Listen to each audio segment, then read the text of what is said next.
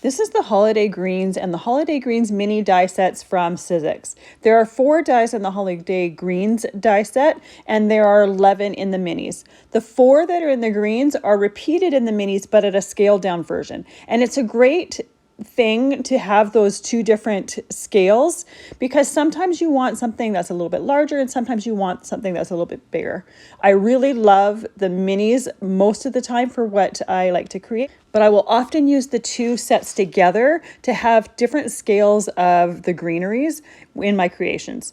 I really like to give these die cuts different dimensions, so I'll often use glossy accents on them, frosted crystal embossing glaze, just inking them, or even using glitter. It just gives them so many different looks, and when you start to layer them together, they add a lot of texture and dimension to your projects just by having die cuts that have different looks as well as different scales. Because of the 2 different scales between these die sets, it's a great way to use up a ton of different cardstock scraps, and you can do them in different green tones or whatever tones that you want to do your card in.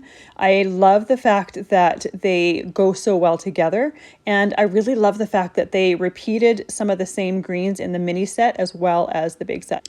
Both of these sets are some of my most used die sets because of the fact that they go so well together and the fact that there's so many different greeneries to choose from between the 2 sets that I find that I am grabbing it when I'm wanting to make holiday cards quite often. I just love the finished result that you get from using these sets.